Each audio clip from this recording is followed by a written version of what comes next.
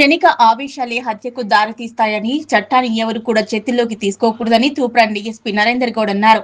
చిన్నశంకరంపేట మండలం సూరారం గ్రామంలో శ్రీధర్ యాదగిరిల హత్య విషయాన్ని తెలుసుకున్న పోలీసులు గ్రామంలో ఎలాంటి అవాంఛనీయ ఘటనలు జరగకుండా భారీ పోలీస్ పికెటింగ్ నిర్వహించారు. గ్రామంలో చిన్నశంకరంపేట ఎస్ఐ శివానందం, నార్సింగ్ ఎస్ఐ సృజనల ఆధ్వర్యంలో భారీ పోలీస్ బందోబస్తు ఏర్పాటు చేశారు.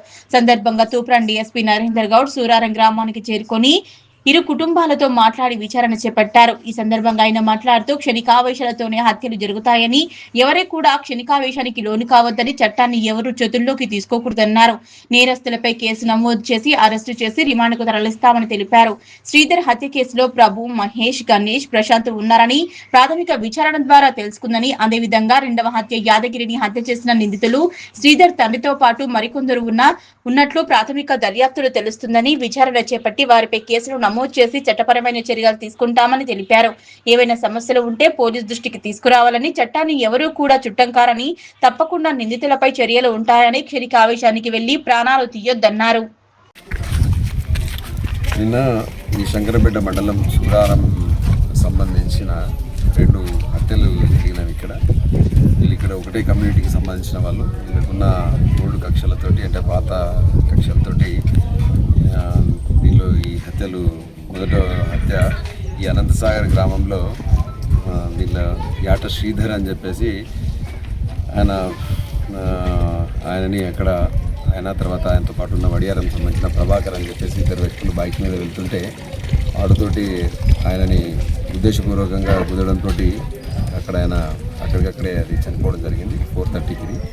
ఆ తర్వాత దీనికి సంబంధించి దీన్ని దృష్టిలో పెట్టుకొని దాంట్లో చేసిన ఎవరైతే నేరం చేసినారో ప్రభు అని చెప్పేసి ఇదే గ్రామానికి సంబంధించిన వాడు ప్రభు, తర్వాత మహేష్,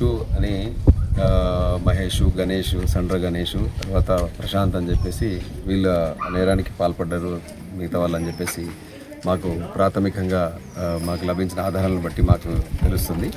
ఆ తర్వాత రెండవ హత్య వచ్చేసి అదే నైటు ఇందులో ఈ ప్రభు అని చెప్పేసి ఎవరైతే ఏవన్ ఉన్నారో వాళ్ళ నాన్న యాదగిరి అని చెప్పేసి రానబోయిన యాదగిరి తూప్రాన్లో ఒక హోటల్లో భోజనం చేస్తున్న క్రమంలో దీనిలో ఇక్కడ చనిపోయిన శ్రీధర్ వాళ్ళ తండ్రి, తర్వాత మిగతా వాళ్ళ బంధువులు ఆయన హోటల్లో ఆయనను పిక్ చేసుకొని తర్వాత ఆయనను కొట్టి చంపి కుప్పలపల్లి డ్యాంలో పడేసిందని చెప్పేసి ఇదొక ఇన్ఫర్మేషన్. సో ఈ 2కి సంబంధించిన విషయాల్లో కేసులు నమోదు చేస్తున్నాము. తర్వాత బాధితులని కూడా ఎవరైతే నేరస్తులు ఉన్నారో 2 కేసుల్లో వాళ్ళనంతా అరెస్టులు చేయడానికి అన్ని టీమ్స్ అన్ని కూడా బయట ఉన్నాయి.